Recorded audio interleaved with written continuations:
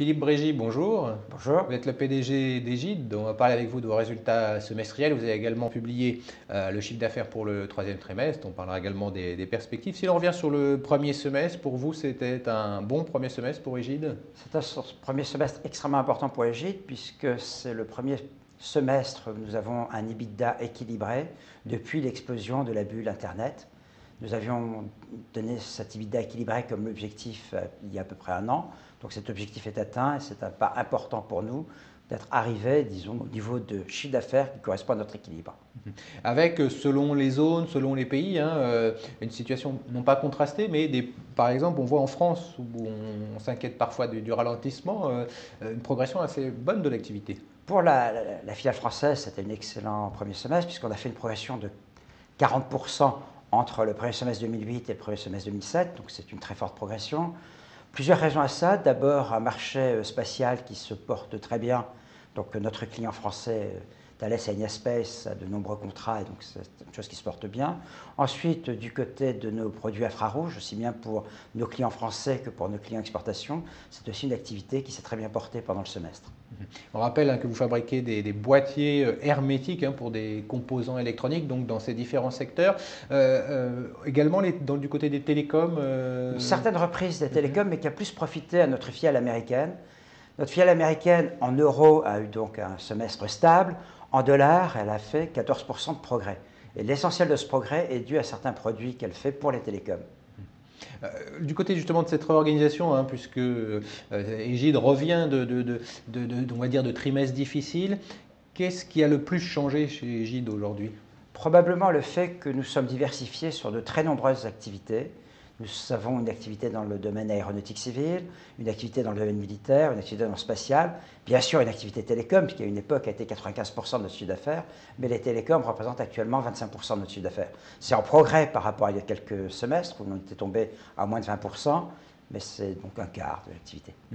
Du côté de l'industrialisation, du processus d'industrialisation, au Maroc, vous êtes en train de revoir, en tout cas reconfigurer votre implantation. Qu'est-ce que vous en attendez? Essentiellement, donc, une meilleure spécialisation par site. Le site marocain avait été conçu pour être un site pratiquement que télécom, mais c'est une conception qui date des années 2000, quand on espérait un certain type de produits télécom. On va voir que nous avons des types un peu différents en télécom aujourd'hui. Et donc, la force du Maroc, c'est des produits à fort volume et des produits relativement simples, quoique hermétiques. Et nous avons spécialisé le Maroc sur les embases relais aéronautiques, ce qui est certainement un marché qui a été un bon marché cette année, avec à peu près 15 000 embases relais par semaine. En fin d'année, c'est plutôt 10 000. Peut-être que l'année prochaine, on va tourner plutôt aux alentours de 8 000 en base relais, donc ça reste une belle activité. Mais le site marocain sera spécialisé sur ce métier-là. On parlait de la situation des résultats. Du côté de la situation financière, justement, on regarde de près aujourd'hui la trésorerie des entreprises, le besoin en fonds de roulement. Comment ça évolue sur ces ratios financiers? Alors, la première chose à dire, c'est qu'Egide est de nouveau une société quasiment sans dette, puisque nous avons remboursé l'emprunt qui était un emprunt que nous avons fait aux États-Unis pour justement financer la croissance aux États-Unis. Cet emprunt a été remboursé par la vente de notre usine de Cambridge, Maryland, et nous sommes devenus locataires. Donc la vente a permis de rembourser cet emprunt.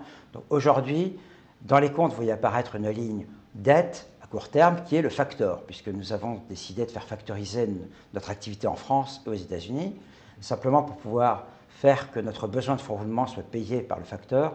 Mais en dehors de cette dette-là, il n'y a strictement plus aucune dette. Donc Egide est équilibré d'un point de vue dette. Le deuxième point, c'est, comme vous le disiez, la trésorerie, ce qui est un point essentiel pour les PME, bien sûr. La trésorerie au 30 septembre est de 1,3 million d'euros. C'est le même niveau qu'au 30 juin. C'est donc clairement une preuve que depuis à peu près 3 à 6 mois, nous sommes stables en trésorerie. Du côté du chiffre d'affaires, je disais en introduction que vous avez publié également le chiffre d'affaires du troisième trimestre. Il est en progression, mais vous dites qu'il y a tout de même une baisse séquentielle. Expliquez-nous. Tout à fait. Nous avons fait 7,9 millions d'euros au deuxième trimestre. Nous faisons 7,26 millions d'euros au troisième trimestre. Donc effectivement, c'est une baisse séquentielle. Le troisième trimestre n'a jamais été un trimestre très fort, surtout avec une activité France très, très forte. C'est quand même le trimestre des vacances. Donc 7,26, c'est quand même 10% de plus que le même troisième trimestre de l'an dernier. Donc la progression est là. Évidemment, on a fait 20% de progression sur le semestre quand on compare au semestre précédent, on ne fait plus que 10% de progression. Mais à partir du moment où nous avons passé notre niveau d'équilibre, c'est un bon résultat quand même. Sur l'ensemble de l'exercice 2008, comment ça devrait évoluer justement? Qu'est-ce que vous dites aujourd'hui? On voit un deuxième semestre qui serait de à peu près 10% supérieur au deuxième semestre de l'an dernier, ce qui veut dire à peu près 5% inférieur au premier semestre de cette année, ce qui veut dire que sur l'année, on sera à 30 millions d'euros, ce qui correspond à peu près à notre niveau d'équilibre EBITDA. On sera peut-être un petit peu en dessous, mais vraiment forte progression par rapport à l'année dernière. Vous dites qu'effectivement, sur les objectifs de résultats opérationnels positifs à la fin du semestre, ça ne sera pas possible, c'est décalé. L'inquiétude vient de le ralentissement de certains secteurs. Je pense que le secteur automobile est un secteur qui est en ralentissement. Le secteur aéronautique civile, avec la longue grève de Boeing qui vient de se terminer, pourrait sans doute être en ralentissement. Nous avons d'autres secteurs qui, eux, sont en forte croissance. L'infrarouge, tout ce qui tourne autour de la sécurité, tout ce qui tourne autour du spatial, ce qui fait qu'on est rassuré sur le fait que nous allons continuer à croître. Et compte tenu du ralentissement de certains secteurs, oui, on ne sera plus à une progression de 20%. Donc, on sera probablement plutôt... On a renvoyé l'objectif d'EBIT positif sur l'année 2009, parce que même si ces secteurs sont encore plus durement touchés, je pense à l'automobile, je pense à l'aéronautique civile, qu'en fin 2008, les autres secteurs sur lesquels nous sommes positionnés sont en telle croissance que nous ne sommes pas inquiets du tout sur l'année 2009. Je vais rajouter un point positif qui n'est pas pris en compte dans mes hypothèses aujourd'hui, qui est la chute relative de l'euro par rapport au dollar. Nous avons beaucoup souffert, comme nous sommes une société fortement exportatrice, du niveau trop haut de l'euro. Bien entendu, si ceci devait de façon durable changer, ce serait un plus appréciable sur nos résultats. Donc ce qui a commencé, en tout cas, sur la réappréciation du dollar, il faudrait que ça se maintienne. Voilà, si ça se maintient, c'est effectivement très bon pour nous. Aujourd'hui, nous avons à peu près 75% de notre activité à l'exportation, donc c'est à peu près la moitié avec notre filiale américaine, à peu près la moitié qui est en dollars.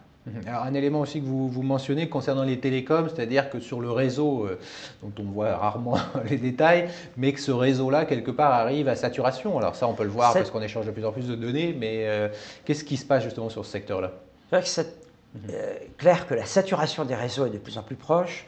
Une information qui courait relativement dans les couloirs de l'exposition ICOC, qui était le mois dernier, qui est le rendez-vous des télécoms en Europe, c'est que le réseau Verizon, donc le principal réseau américain, commence à être à saturation.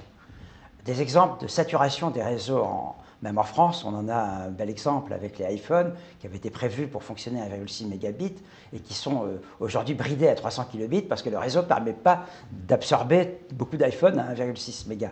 Donc clairement, les réseaux sont en train d'être saturés. Donc, on pourrait dire réseau saturé veut dire immédiatement investissement important dans les réseaux de télécom et donc nouveaux réseaux, un grand appel pour des lasers, des détecteurs, etc. Malheureusement, l'ingéniosité des ingénieurs est toujours formidable. Donc on invente de nouveaux produits pour éviter la saturation du réseau, donc pour pouvoir réutiliser des portions de réseau qui n'étaient pas réutilisables jusque-là. En particulier, donc tout ce qui tourne autour de la communication optique. Le bon côté, c'est que nous sommes positionnés sur ce créneau, donc c'est des produits qui sont beaucoup plus compliqués, donc il y a moins de compétiteurs sur ce type de produits. Par contre, ça fait probablement en volume moins que le redéploiement de nouveaux réseaux. Donc les télécoms, les opérateurs télécoms maintiennent le plus longtemps possible le réseau pour avoir moins d'investissements à faire. Puis on imagine que le contexte économique... le contexte n'est pas très favorable pour les opérateurs de réseau. Ceci dit, il y a eu quelques annonces d'opérateurs de réseau disant que maintenant, c'était bien à eux de déployer la fibre optique de plus en plus vers l'abonné, ou en tout cas près de l'abonné. On sent également de plus en plus que la saturation des réseaux ADSL est visible par toute personne qui essaye de recevoir des mails un peu lourds sur l'ADSL. En conclusion, vous avez tout de même quand même cette visibilité sur 2009, ce que vous disiez, compte tenu aujourd'hui du profil d'Egide? Je dirais compte tenu du profil extrêmement diversifié d'Egide, malgré la crise qui aurait touché certains secteurs, nous sommes très confiants d'une croissance de 10 à 15% sur 2009 au niveau du chiffre d'affaires et donc des résultats positifs. Merci beaucoup Philippe Brégy d'avoir été avec nous. Je rappelle, vous êtes le PDG d'Egide. Merci, au revoir.